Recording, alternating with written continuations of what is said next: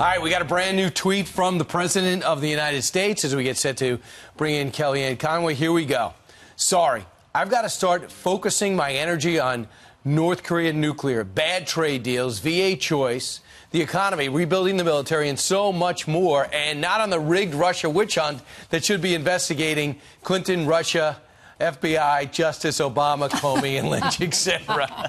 Okay, no reason to be sorry. That's what the president's going to focus on. And that's why he's got that legal team to go focus on that. All right, let's bring in Kellyanne Conway, counselor to the president, President Trump. What do you make of that latest tweet, Kellyanne? I could not agree more. One of my favorite tweets, because this is exactly what we're saying every single day here. Look at what just happened last week while basically everybody was focusing on the nonsense.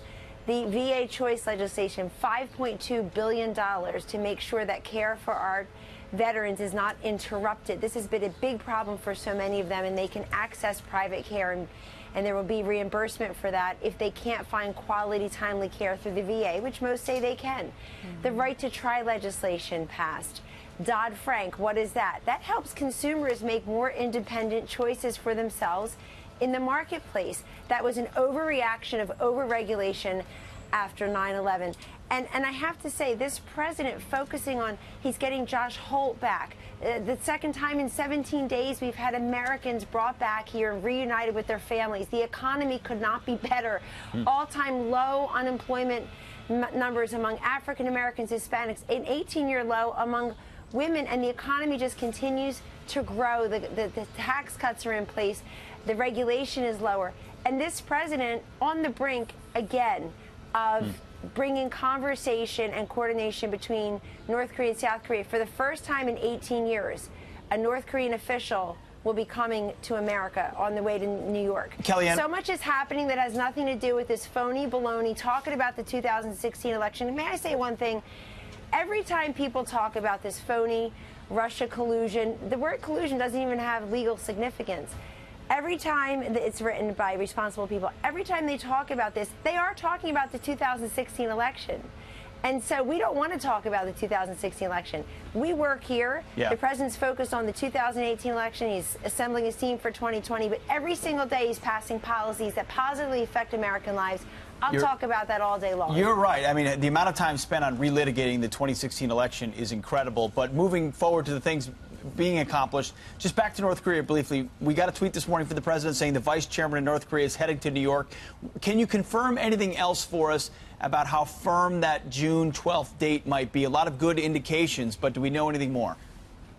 What I'll tell you is what the president has always said and made very clear in his incredible letter last week, which I thought covered the waterfront of how we got here, what was not going to happen, and what could happen. And they acted immediately, I believe, according to that letter, in a very positive fashion. The president sent over 2 delegations, one for logistics and one for more diplomatic purposes, that are on the ground making the logistic preparations for June 12th. But as the president has said, it doesn't happen June 12th. It could happen thereafter. What he's been able to do in such a compressed short amount of time is nothing short of historic and remarkable. Again, as we've always said, with moving the embassy from Jerusalem, having historic tax cuts, pulling out of Paris, this president keeps the promise of other presidents. Now, this president, in that letter last week, I thought really got some kinetic energy going. Folks all of a sudden said, wow, this may actually not happen, and if we want it to happen, then we're going to start moving. And ever since then, practically, North Korea, South Korea, and the United States have been making very positive moves. But let's see what happens, as the president says. If he's satisfied, it will go forward. The other thing I wanted to mention to you is, just while we're still in the 2016 election, Hillary Clinton, or that person who lost the election and never should have, she had said, I'm going to put the coal mining out of business. Coal miners will be out of business. And she went, that usual scowl. Guess what? President Trump has presided over 84,000 new jobs for loggers and miners. And I want to look every single one of them in the eye today and their family and say, good for you. Go ply your trade. Go work in this country doing your craft. 84,000 jobs. That's in addition to the over 300 and some thousand construction jobs, 300 and some thousand manufacturing jobs. Not only did coal mining and logging And industries like that not go out of business, but they're on the rise under this president's leadership. Kellyanne, you mentioned Josh Holt. Just for folks at home, if they're not familiar with his story, he's the guy that was seen with the flag draped around him, his grandmother hugging him. He was down in Caracas. He went down there. There's the picture of him coming home. He was a Mormon missionary. He traveled to Caracas in June of 2016 to marry a Mormon that he met online while he was looking to improve his Spanish. They were both arrested and charged with bogus charges of stockpiling weapons. How did the president intervene to get him back home safely? Well, you saw it take place in front of America in the Oval Office on Saturday night, and it was so wonderful to see that for the Holt family, for the legislators from Utah who never gave up, who Senator Hatch, this story, Senator Corker, Hatch, Senator Lee, Senator Corker in the Foreign Relations Committee, Congresswoman Mia Love, who teared up when they were talking about Josh's family. And this is what happens under the president's leadership: the vigilance, the patience, the intervention. And I think it's such a fitting start to what was just an incredible celebration over Memorial Day. The veterans now, the military got a pay raise for the first time in how long?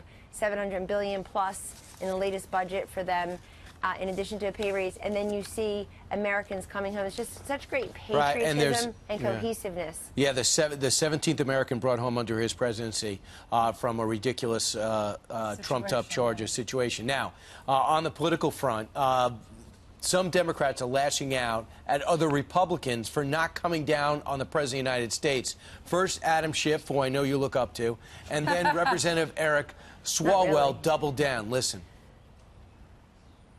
At the end of the day, there's only one remedy for that, and that is you need to throw the bums out.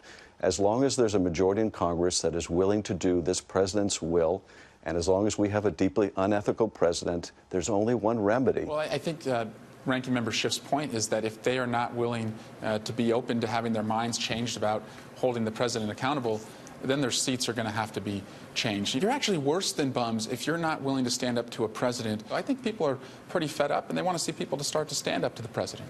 Throw them out if they don't stand up to the President of the United States. Do you agree with that? This is the flailing that happens when you're an entire political party that seems to have no message for America, no positive message. They voted to shut down the government. They voted against the taxes.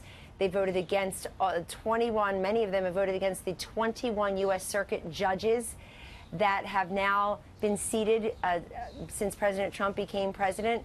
1/8 of the circuit courts are Trump appointees. These are the folks who have nothing positive to say. They've been holding up a stop sign. They live on TV, especially Schiff, and you know it. And so this guy leaves the House every morning with his earpiece and his congressional button, and he does a lot more with the earpiece. Throwing the button, first of all, I'm not even going to dignify with the White House behind me, people using these slurs against their political opponents. They should be coming together on things like funding the military, on battling the opioid crisis, on making sure our veterans have that $5.2 billion to be sure that the care is not interrupted. But look at what so many Democrats and so many in the media, including a high-ranking Democratic former official here at the White House under President Obama, who's constantly attacking everybody on social media who works here. Look at what they did this weekend. They saw these pictures of two migrant, I suppose, children in cages, and because one of them tweeted it must be true, so they just retweet, and they have this shock and all reaction. And what was it? Those are pictures from 2014 when President Trump was a successful businessman in New York, when somebody else occupied the White House here. And all of a sudden they started deleting those tweets because it didn't fit their narrative about this president and the border. And that means to me that they didn't really care about the story about the migrant children. It didn't fit the political narrative. And you see that now with Schiff and Swalwell. It's the same thing. Just attack, divert, and deflect. They've got nothing positive to say. All those anchors should be asking them a simple question. Why do you come on TV almost every single day and talk about this Russian investigation, this phony collusion witch hunt? You don't talk about how the dossier was paid for. Dossier, by the way, let's review, a fancy French word for a load of junk and bunk. You come on here, they bark, they snark, all of them, about this president, and you know what? He will not be diverted. and discouraged from doing things on behalf of the American people. We're more secure, we're more prosperous because of him. Yeah, we've seen that this morning. He's certainly not deterred. One quick reaction from you. Michelle Wolf, we saw her at the White House Correspondents' Dinner slandering Sarah Huckabee Sanders. Well, she's back at it, and she has a new show where she doubles down on that, saying, I'm not attacking her, I'm attacking her personality. She says she has an ugly personality. Yes. Meaning Sarah Huckabee Sanders. Not even worth. I hardly saw that, but all I can talk about is Sarah. I love working with her every single day here at the White House.